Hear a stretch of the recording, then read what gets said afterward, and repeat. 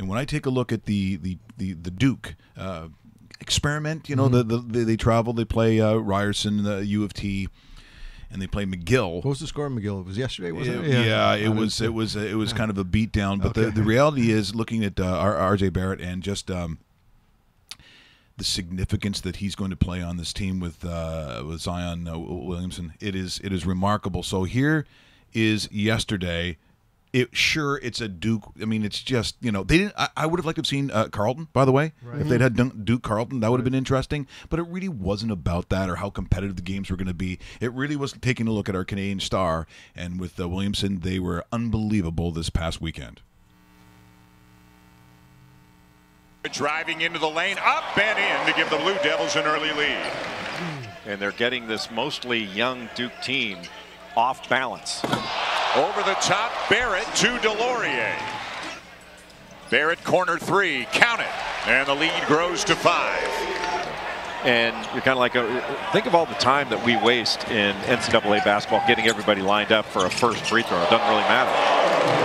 Well, coming into this game, Cadogan was only 2 of 11 from 3.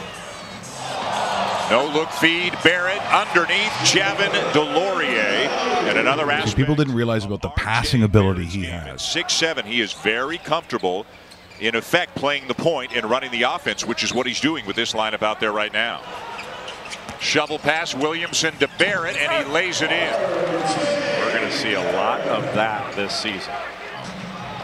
That's a great question. How about this? Ouch.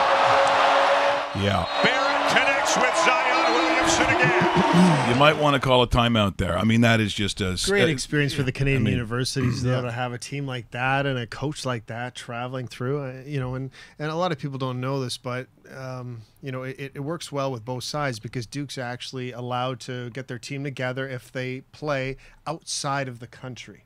They can't do that inside the country because it's against NCAA regulations. But come to Canada, go to Europe, do whatever, no problem at all. So I hope something like this is something that happens a little more often. So do I. With different universities that travel through, because it only helps. And when you're displaying a guy like RJ Barrett. It is the amazing power of basketball. So on this flight back from Idaho, we went through Minneapolis, and you know, there are all the young kids on the plane who were with us, eight kids. They range from 13 down to 10.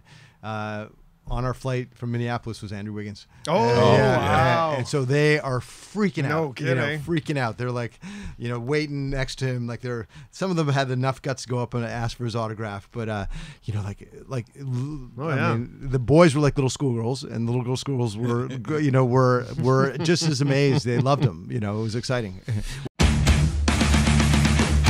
What? Did we just become best friends? Yep.